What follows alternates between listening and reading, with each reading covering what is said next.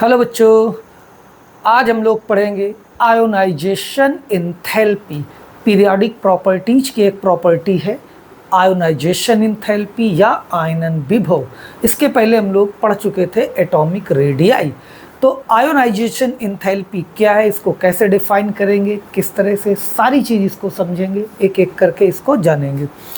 Ionisation enthalpy को अगर definition की बात करें तो कैसे डिफाइन करेंगे? The minimum amount of energy required to remove the most loosely held electron of an isolated gaseous atom in the ground state। इसको ऐसे समझिए, ये आपका इस तरह से क्या होता है, न्यूक्लियस। क्या होता है बच्चों? न्यूक्लियस। इसके पहले पढ़ चुके हो। न्यूक्लियस में क्या होते हैं आपके प्रोटॉन और न्यूट्रॉन, और ये होते हैं उसके अराउंड डिफरेंट एनर्जी लेवल या शेल। इस तरह से एटम होता है। इसमें हमने बताया क्या होते हैं, प्रोटॉन प्लस न्यूट्रॉन। न्यूट्रॉन पे न्यूट्रल चार्ज होता है, कोई चार्ज नहीं होता, बट प्रोटॉन पे क्या होता है, पॉजिटिव चार्ज। तो इन प्रोटॉनों की वजह से न्यूक्लियस क्या होता है, पॉजिटिवली चार्ज्ड स्फीयर यानी धनावेशित गोला होता है, आपको मालूम है। अब यहाँ पर देखिए, इलेक्ट्रॉन जो होते हैं वो डिफरेंट एनर्जी लेवल में होते हैं। सपोज यहाँ पर ये लास्ट इलेक्ट्रॉन है, या इसको हम कहेंगे most loosely held electron, outer most electron है ये। अब इस इलेक्ट्रॉन को क्या करना है, इससे अलग करना है, या रिमूव करना है, या हटाना है, या निकालना है। तो ये इलेक्ट्रॉन ऐसे रिमूव नहीं होगा। क्यों? इलेक्ट्रॉन पे नेगेटिव चार्ज होता है, और न्यूक्लियस हमने बताया क्या होता है, ये आपका पॉजिटिव। तो ये न्यूक्लियस इस इलेक्ट्रॉन पे क्या करेगा, फोर्स, ये आपका क्या करेगा, एक फोर्स काम करेगा, दैट इज इलेक्ट्रोस्टैटिक फोर्स, या हम कह सकते हैं कूलम्बिक फोर्स। तो ये न्यूक्लियस अपने इलेक्ट्रॉनों को बांधे हुए है, या एक फोर्स से उनको पकड़ के रखे हुए। ये इलेक्ट्रॉन इस न्यूक्लियस को छोड़ के नहीं जा सकते हैं। अगर आपको इस इलेक्ट्रॉन को हटाना है, इसको निकालना है, तो ये फोर्स जो लग रहा, इसको तोड़ना पड़ेगा, इस फोर्स को ब्रेक करना पड़ेगा। और इस फोर्स को तोड़ने के लिए आपको क्या करना पड़ेगा, एनर्जी देनी पड़ेगी। और यही एनर्जी जो देनी पड़ेगी that is called ionisation energy, या इसको हिंदी में बोलते आयनन विभव। तो हम कह सकते हैं कि किसी विलग उदासीन गैसीय परमाणु से लास्ट इलेक्ट्रॉन या अंतिम इलेक्ट्रॉन को निकालने के लिए जितनी ऊर्जा देनी पड़े that is called ionisation enthalpy या आयनन विभव। तो यहाँ पर देखिए, एनर्जी देनी पड़ रही, और जहाँ पर एनर्जी देनी पड़ेगी, यानी ये कैसी रिएक्शन होगी या कैसा होगा प्रोसेस, एंडोथर्मिक। एंडोथर्मिक होगा, और एंडोथर्मिक का मतलब डेल्टा एच जो है वो आपका क्या होगा, पॉजिटिव। ध्यान दीजिए, तो एनर्जी आपको देनी पड़ रही या एनर्जी रिक्वायर्ड है, इसलिए डेल्टा एच क्या होगा, पॉजिटिव, और ये प्रोसेस होगा एंडोथर्मिक। तो फिर से देखिए कैसे इसको डिफाइन करेंगे। The minimum amount of energy is required to remove the outer most electron of an isolated gaseous atom in ground state, that is called ionization enthalpy या ionization energy। यहाँ पर टर्म आया आइसोलेटेड गैसियस एटम। आइसोलेटेड, देखिए isolated का मतलब अकेला, बिल्कुल अलग परमाणु, अकेला एटम। तो यहाँ पर सॉलिड और लिक्विड स्टेट में अकेला एटम नहीं होगा, वो क्या होगा, बहुत सारे एटम एक दूसरे से क्या होंगे, बाउंड होंगे, एक दूसरे से क्या होंगे, जुड़े होंगे। जहाँ पर कुछ इस तरह से ये देखिए, तो अब यहाँ से इलेक्ट्रॉन निकालना पॉसिबल नहीं होगा, इनको पहले अलग करना पड़ेगा। अलग करने के लिए क्या करेंगे, इसको हम गैसियस स्टेट में ले जाएंगे। कहाँ पे ले जाएंगे, गैसियस स्टेट में, क्योंकि गैसियस स्टेट में एटम दूर दूर होंगे, उनके बीच में फोर्स ऑफ अट्रैक्शन बहुत कम होता है, और उस गैसियस एटम से एक एटम को हम अलग कर लेंगे या उसको उठा लेंगे। उस गैसियस एटम से इलेक्ट्रॉन निकालने की कोशिश करेंगे या इलेक्ट्रॉन को रिमूव करेंगे। फिर उस इलेक्ट्रॉन को रिमूव करने के लिए जो भी एनर्जी देनी पड़ेगी बच्चों, that is called first ionisation energy. ये देखिए यहाँ पर, सपोज ये कोई मेटल है, ये आपका क्या है, गैसियस स्टेट में, इससे आपको इलेक्ट्रॉन निकालना है तो इलेक्ट्रॉन निकालने के लिए आपको कुछ एनर्जी देनी पड़ेगी। जब इससे एक इलेक्ट्रॉन निकल जाएगा तो क्या हो जाएगा, आयन बन जाएगा। क्या बन जाएगा, आयन। इसीलिए इसको बोलेंगे आयोनाइजेशन एनर्जी, और better called first ionisation energy. जब आप किसी ग्राउंड स्टेट से पहला इलेक्ट्रॉन या फर्स्ट इलेक्ट्रॉन रिमूव करेंगे और उस इलेक्ट्रॉन को हटाने के लिए या रिमूव करने के लिए जो भी एनर्जी देनी पड़ेगी, that is called first ionisation energy, या उसको हम कहेंगे प्रथम आयनन विभव। अब देखिए बच्चों, यहाँ पर आपको पता है कि ये जो फोर्स ऑफ अट्रैक्शन है, इसको ब्रेक करने के लिए जो एनर्जी दी गई या जो एनर्जी प्रोवाइड की गई, that is called ionisation energy. जब किसी एटम से एक इलेक्ट्रॉन निकल जाएगा, रिमूव हो जाएगा, तो आपको पता है कि प्रोटॉनों की संख्या क्या होगी, ज़्यादा हो जाएगी, इलेक्ट्रॉन कम हो जाएंगे। जब इलेक्ट्रॉन कम हो जाएंगे तो वहाँ पर इफेक्टिव न्यूक्लियर चार्ज बढ़ जाएगा या इंक्रीज हो जाएगा। आइए देखते हैं सबसे पहले effective nuclear charge. Effective nuclear charge का मतलब होता है बच्चों force of attraction between nucleus and electron. कोई भी एटम होगा उसमें बहुत सारे इलेक्ट्रॉन होंगे और बहुत सारे प्रोटॉन। वो कितने होंगे, किसी एलिमेंट का जो एटॉमिक नंबर होगा उस पर उतने ही इलेक्ट्रॉन और उस पर उतने ही प्रोटॉन होंगे। फॉर एग्जांपल अगर क्लोरीन है, इट मीन्स इसमें 17 इलेक्ट्रॉन और 17 प्रोटॉन होंगे, क्योंकि क्लोरीन का एटॉमिक नंबर होता है 17। अगर सोडियम है तो इसका मतलब है सोडियम का atomic number 11, it means sodium में 11 प्रोटॉन और 11 इलेक्ट्रॉन होंगे। तो ये प्रोटॉन पॉजिटिव, इलेक्ट्रॉन निगेटिव, इनके बीच में क्या होता है, ये फोर्स ऑफ अट्रैक्शन, और इस फोर्स ऑफ अट्रैक्शन को ही हम क्या बोलते हैं, इफेक्टिव न्यूक्लियर चार्ज। तो जितना ज़्यादा इफेक्टिव न्यूक्लियर चार्ज होगा, वहाँ से इलेक्ट्रॉन को रिमूव करने के लिए आपको एनर्जी ज़्यादा प्रोवाइड करनी पड़ेगी या एनर्जी ज़्यादा देनी पड़ेगी। क्या होता है, जब आप फर्स्ट इलेक्ट्रॉन रिमूव करेंगे तो ये क्या बन जाएगा, आयन बन जाएगा और केटायन बन जाएगा, और केटायन का मतलब है वहाँ पर इफेक्टिव न्यूक्लियर चार्ज बढ़ जाएगा या ज़्यादा हो जाएगा, क्योंकि इलेक्ट्रॉन कम हो गए, प्रोटॉन ज़्यादा हो गए। तो अब जो बचे हुए प्रोटॉन हैं वो अपने इलेक्ट्रॉनों को, जो बचे हुए इलेक्ट्रॉन हैं, क्योंकि इलेक्ट्रॉन हट रहा, कम हो रहा, तो बचे हुए इलेक्ट्रॉनों को न्यूक्लियस और कस के पकड़ लेगा या उन पे और ज़्यादा फोर्स डेवलप करेगा। इसलिए अब इससे दूसरा इलेक्ट्रॉन निकालने के लिए आपको बहुत ज़्यादा एनर्जी देनी पड़ेगी। अगर आप एक इलेक्ट्रॉन निकालने के बाद इससे आप दूसरा इलेक्ट्रॉन निकालना चाहते कि भाई हम तो अभी एक इलेक्ट्रॉन और निकालेंगे, तो दूसरा इलेक्ट्रॉन निकालने के लिए आपको और ज़्यादा एनर्जी देनी पड़ेगी। बच्चों ये देखिए यहाँ पर, अब यहाँ पर क्या होगा, ये होगी सेकंड आयोनाइजेशन एनर्जी। अगर अभी भी आपका मन नहीं भरा, आप कह रहे नहीं भाई अभी हम इससे और इलेक्ट्रॉन निकालेंगे, तो आप तो एटम के पीछे पड़ गए। फिर क्या होगा, आपको बहुत ज़्यादा एनर्जी देनी पड़ेगी। यहाँ पर देखिए यह, तब आप तीसरा इलेक्ट्रॉन निकाल पाएंगे और उसको बोलेंगे थर्ड आयोनाइजेशन एनर्जी।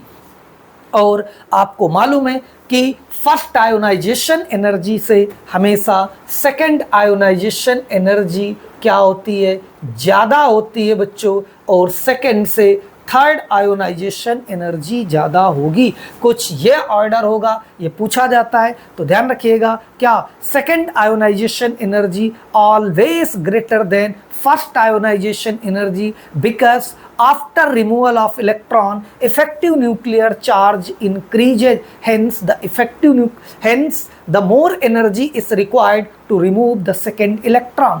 देखिए बच्चों यहाँ पर जब आप एक इलेक्ट्रॉन निकाल लेंगे, अभी बताया था, तो वहाँ पर इफेक्टिव न्यूक्लियर चार्ज बढ़ जाएगा, और जब इफेक्टिव न्यूक्लियर चार्ज इंक्रीज हो जाएगा तो दूसरा इलेक्ट्रॉन निकालने के लिए आपको ज़्यादा एनर्जी देनी पड़ेगी। सिमिलरली थर्ड आयोनाइजेशन एनर्जी और ज़्यादा होगी। क्यों? अब और ज़्यादा इफेक्टिव न्यूक्लियर चार्ज बढ़ जाएगा, इसलिए तीसरा इलेक्ट्रॉन निकालने के लिए आपको बहुत ज़्यादा एनर्जी की ज़रूरत होगी।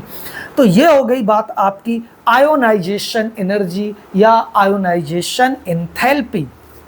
आइए आगे बात करते हैं इसमें। तो मोटा मोटी इसमें क्या ध्यान देंगे कि किसी भी आइसोलेटेड गैसियस एटम से आप अगर इलेक्ट्रॉन हटाना चाहते हैं, इलेक्ट्रॉन निकालना चाहते हैं, तो इलेक्ट्रॉन ऐसे अपने आप नहीं निकलेगा, क्योंकि ये जो न्यूक्लियस है वो अपने इलेक्ट्रॉनों को क्या कर रहा है, पकड़ के रखे हुए, या इस पे एक फोर्स डेवलप हो रहा है यहाँ पर, एक ये देखिए यहाँ पर। इसलिए इस इलेक्ट्रॉन को निकालने के लिए या इसको हटाने के लिए आपको बाहर से एनर्जी या बाहर से ऊर्जा देनी पड़ेगी, और जो बाहर से ऊर्जा देनी पड़ेगी दैट इज कॉल्ड क्या, आयोनाइजेशन एनर्जी। और हमने बताया कि जब एनर्जी आप बाहर से देनी पड़ेगी तो वो एंडोथर्मिक प्रोसेस होगा और डेल्टा एच क्या होगा, पॉजिटिव। अब देखिए यहाँ पर बच्चों कि जो आयोनाइजेशन एनर्जी है इसके क्या क्या फैक्टर्स हैं और पीरियोडिक टेबल में ये कैसे वेरी करेगी। अगर हम फैक्टर्स की बात करें तो सबसे पहले atomic size, smaller the atomic size greater the ionisation energy. Size बच्चों जितना छोटा होगा आयोनाइजेशन एनर्जी उतनी ज़्यादा होगी। वेरी सिंपल, जब आपका साइज इंक्रीज होगा तो न्यूक्लियस और इलेक्ट्रॉन की डिस्टेंस ज़्यादा हो जाएगी। जब डिस्टेंस ज़्यादा हो जाएगी तो इनमें फोर्स भी कम हो जाएगा, और जब फोर्स कम हो जाएगा तो इलेक्ट्रॉन आसानी से निकल जाएगा, यानी थोड़ी एनर्जी देना पड़ेगा। साइज छोटा है तो न्यूक्लियस और इलेक्ट्रॉन के बीच की डिस्टेंस कम है, इसलिए वो कस के उसको पकड़ लेगा, बिल्कुल ऐसे दबोच लेगा। ऐसे पकड़े हुए इलेक्ट्रॉनों को जब वो ऐसे पकड़े हुए तो वहाँ से इलेक्ट्रॉन खींचना बहुत मुश्किल होगा, या वहाँ से इलेक्ट्रॉन हटाने के लिए बहुत ज़्यादा एनर्जी देनी पड़ेगी। तो ध्यान रहे, साइज जितना छोटा होगा आयोनाइजेशन एनर्जी उतनी ज़्यादा होगी, साइज जितना बड़ा होगा बच्चों आयोनाइजेशन एनर्जी उतनी कम होगी। Second factor, effective nuclear charge. जितना ज़्यादा इफेक्टिव न्यूक्लियर चार्ज होगा उतनी ज़्यादा आयोनाइजेशन एनर्जी होगी। देखिए साइज छोटा होगा तो इफेक्टिव न्यूक्लियर चार्ज ज़्यादा होगा, जब इफेक्टिव न्यूक्लियर चार्ज ज़्यादा होगा तो आयोनाइजेशन एनर्जी भी ज़्यादा होगी। साइज बढ़ेगा, डिस्टेंस बढ़ेगी, इफेक्टिव न्यूक्लियर चार्ज कम हो जाएगा, बहुत कम एनर्जी देनी पड़ेगी, इलेक्ट्रॉन रिमूव हो जाएगा। तो ये दो फैक्टर हो गए। और तीसरा फैक्टर भी होता है यहाँ पर क्या, कन्फ्यूग्रेशन। अगर किसी एलिमेंट का स्टेबल कन्फ्यूग्रेशन है तो स्टेबल कन्फ्यूग्रेशन से इलेक्ट्रॉन निकालना बहुत मुश्किल है। जैसे नोबल गैसेस, नोबल गैसेस में क्या होता है, देखिए आउटर मोस्ट में 8 इलेक्ट्रॉन है। जब आउटर मोस्ट में 8 इलेक्ट्रॉन होते हैं तो क्या होते हैं, ये दे आर स्टेबल। बताया था हमने, ये क्या होते हैं, स्थायी होते हैं, स्टेबल होते हैं, और किसी स्टेबल कन्फिग्रेशन से इलेक्ट्रॉन निकालना इम्पॉसिबल। क्यों? वो इलेक्ट्रॉन निकालने, अगर निकाल लेंगे या इससे ये इलेक्ट्रॉन रिमूव हो जाएगा तो इसकी स्टेबिलिटी ख़त्म हो जाएगी। तो यहाँ से इलेक्ट्रॉन नहीं निकाल सकते, क्यों? सारे एलिमेंट इनको आइडियल मान रहे, नोबल गैसेस की तरह बनना चाहते हैं, यानी इनकी तरह स्टेबल होना चाहते हैं, और आप उन्हीं को अनस्टेबल करने में लगे हैं, ये कैसे हो सकता है? इसलिए नोबल गैसेस की आयोनाइजेशन एंथैल्पी वेरी हाई, बहुत ज़्यादा होती है। तो यहाँ पर और स्टेबल कौन से होते हैं, जिनका कन्फिग्रेशन हाफ फिल्ड या फुल फिल्ड होते हैं, यानी जो हाफ फिल्ड या फुल फिल्ड कन्फिग्रेशन अचीव करते हैं वो क्या होते हैं, एलिमेंट स्टेबल एलिमेंट होते हैं। आइए पीरियोडिक टेबल में जानते हैं कैसे वेरी करेगा। अगर हम पीरियोडिक टेबल में बात करें, when we move from left to right, क्या ionisation energy increases. Ionisation energy क्या होगी बच्चों, इंक्रीज करेगी, because the effective nuclear charge increases. क्योंकि जब आप लेफ्ट टू राइट मूव करेंगे तो इफेक्टिव न्यूक्लियर चार्ज इंक्रीज होगा। कैसे? किसी भी मान लीजिए थर्ड पीरियड में तो 11, 12, 13, 14, 15 क्या बढ़ेगा, एटॉमिक नंबर। जब एटॉमिक नंबर इंक्रीज करेगा तो वहाँ पर नंबर ऑफ इलेक्ट्रॉन और नंबर ऑफ प्रोटॉन भी इंक्रीज करेंगे। जब नंबर ऑफ इलेक्ट्रॉन और नंबर ऑफ प्रोटॉन इंक्रीज करेंगे तो उनके बीच में फोर्स ऑफ अट्रैक्शन भी इंक्रीज होगा। It means effective nuclear charge बढ़ेगा, और जब इफेक्टिव न्यूक्लियर चार्ज इंक्रीज होगा तो फिर वहां से इलेक्ट्रॉन हटाना मुश्किल होगा, या वहां से इलेक्ट्रॉन निकालने के लिए आपको ज़्यादा एनर्जी की ज़रूरत पड़ेगी। अगर हम बात करें किसी ग्रुप में अप टू डाउन, तो ionisation energy decreases, ionisation energy decrease होगी बच्चों। क्यों? क्योंकि अप टू डाउन में साइज इंक्रीज करेगा। क्यों? नंबर ऑफ शेल इंक्रीज होंगी। जब नंबर ऑफ शेल इंक्रीज होंगे तो अभी अभी बताया था उसका साइज भी इंक्रीज करेगा, और जब साइज इंक्रीज करेगा तो इसकी डिस्टेंस इंक्रीज होगी। डिस्टेंस इंक्रीज होगी तो इफेक्टिव न्यूक्लियर चार्ज कम होगा, इलेक्ट्रॉन आसानी से रिमूव हो जाएगा। तो आपको क्या ध्यान रखना है कि when we move from left to right in a period, the ionisation energy increases, while on moving down the group the ionisation energy decreases. तो अगर आप नीचे जाएंगे तो आयोनाइजेशन एनर्जी घटेगी, और अगर आप बाएं से दाएं जाएंगे तो आयोनाइजेशन एनर्जी बढ़ेगी। आइए देखिए बच्चों, अगर हम सेकेंड पीरियड की बात करें तो lithium, beryllium, boron, carbon, nitrogen, oxygen, fluorine, neon. अगर हम देखें तो अभी हमने बताया था कि लेफ्ट टू राइट मूव करने पे आयोनाइजेशन एनर्जी क्या होगी? इंक्रीज होगी। क्या होगी? इंक्रीज होगी, क्योंकि इफेक्टिव न्यूक्लियर चार्ज इंक्रीज होगा। तो क्या ये ऑर्डर होगा, ये सही है? ये बोलो नहीं, यहाँ पर ये ऑर्डर करेक्ट नहीं है। फिर क्या होगा बच्चों? देखिए यहाँ पर नाइट्रोजन, ऑक्सीजन, फ्लोरीन, नियान, यहाँ पर आपका थोड़ा सा वेरी करेगा। ये देखिए इस तरह से, क्या देख रहे हैं आप? बेरिलियम और नाइट्रोजन। वैसे अगर देखें तो नाइट्रोजन की आयोनाइजेशन एनर्जी ऑक्सीजन से कम होनी चाहिए, बट ऐसा होता नहीं है। यहाँ पर क्या है, पूछा भी जाता है question, the first ionisation energy of nitrogen is greater than oxygen. Why? Nitrogen का प्रथम आयनन विभव ऑक्सीजन से अधिक होता है। क्यों? वेरी सिंपल, अभी हमने आपको बताया था इसका कन्फिग्रेशन 1s2, 2s2 और क्या होगा 2p3। ऑक्सीजन का 1s2, 2s2 और ये होगा 2p4। देखिए यहाँ पर 3 p के कितने ऑर्बिटल्स होते हैं? 3, 1 2 3 अकॉर्डिंग टू हुन्स रूल एक एक इलेक्ट्रॉन फिल करेंगे। और ऑक्सीजन में क्या होगा? ये 1 2 3 4 p4 4 इलेक्ट्रॉन ऐसे फिल करेंगे। ये कन्फिग्रेशन कैसा है? हाफ फिल्ड स्टेबल कन्फिग्रेशन है। क्या था? आपको पता है कि half filled and full field configuration is more stable. तो आधी भरी हुई या पूरी भरी हुई ऑर्बिटल्स ज़्यादा स्टेबल होते। क्यों? वो आप पीछे देखिए बताया होगा, यहाँ पर एनर्जी एक्सचेंज की वजह से होता है, इसलिए इनकी स्टेबिलिटी ज़्यादा होती है। और किसी स्टेबल कन्फिग्रेशन से इलेक्ट्रॉन निकालना मुश्किल है, या इलेक्ट्रॉन निकालने के लिए हमें ज़्यादा एनर्जी की ज़रूरत पड़ेगी। तो यहाँ से इलेक्ट्रॉन निकालना थोड़ा सा मुश्किल है। यहाँ से आप इलेक्ट्रॉन आसानी से रिमूव नहीं कर पाएंगे, निकालेंगे तो आपको बहुत ज़्यादा एनर्जी देनी पड़ेगी। इसीलिए फर्स्ट आयोनाइजेशन एनर्जी किसकी? नाइट्रोजन की ऑक्सीजन से ज़्यादा होती है। क्यों? क्योंकि नाइट्रोजन का कन्फिग्रेशन हाफ फिल्ड होने के कारण वो एक स्टेबल कन्फिग्रेशन होता है, एक स्थायी विन्यास होता है। और स्टेबल कन्फिग्रेशन से बच्चों इलेक्ट्रॉन निकालने के लिए हमें अधिक ऊर्जा की आवश्यकता होगी। आइए दूसरा यहाँ पर बात करें, सेम रीजन बेरिलियम और बोरान है। तो होना तो बोरान की चाहिए, बट बेरिलियम की फर्स्ट आयोनाइजेशन एनर्जी ज़्यादा होती है। क्यों ज़्यादा होती है? आइए देखते हैं। बोरान 5, 1s2, 2s2 और 2p1। तो अगर यहाँ पर बात करें तो ये देखिए s ऑर्बिटल, s का एक ऑर्बिटल होता है और उस पर 2 इलेक्ट्रॉन, मीन्स फुल फिल्ड। ये भी फिर आ गया देखिए स्टेबल, ये जबकि ना आधा भरा हुआ है ना पूरा भरा हुआ है। लेकिन ये फुलफिल्ड है s ऑर्बिटल, और s में मैक्सिमम 2 इलेक्ट्रॉन हो सकते हैं, इसलिए वो फुलफिल्ड ऑर्बिटल्स है। और फुलफिल्ड कन्फिग्रेशन फिर क्या होंगे बच्चों, स्टेबल कन्फिग्रेशन होंगे। और अभी अभी हमने बताया कि किसी भी स्टेबल कन्फिग्रेशन से इलेक्ट्रॉन निकालने के लिए आपको ज़्यादा एनर्जी देनी पड़ेगी, इसलिए बेरिलियम का फर्स्ट आयोनाइजेशन एनर्जी या इसका प्रथम आयनन विभव बोरान से अधिक होगा।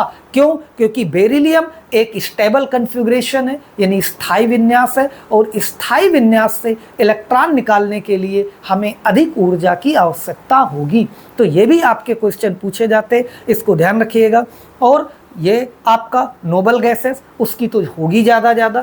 क्या नोबल गैसेस की जो आयोनाइजेशन एंथैल्पी है बहुत हाई होती है, क्योंकि वो स्टेबल कन्फिग्रेशन होता है, और स्टेबल कन्फिग्रेशन में आपको इलेक्ट्रॉन निकालने के लिए बहुत ज़्यादा एनर्जी की ज़रूरत पड़ेगी। तो ये हो गया आपका आयोनाइजेशन एनर्जी या आयोनाइजेशन एंथैल्पी। आज की क्लास यहीं तक, और मिलते हैं नेक्स्ट क्लास में नेक्स्ट आर्टिकल के साथ।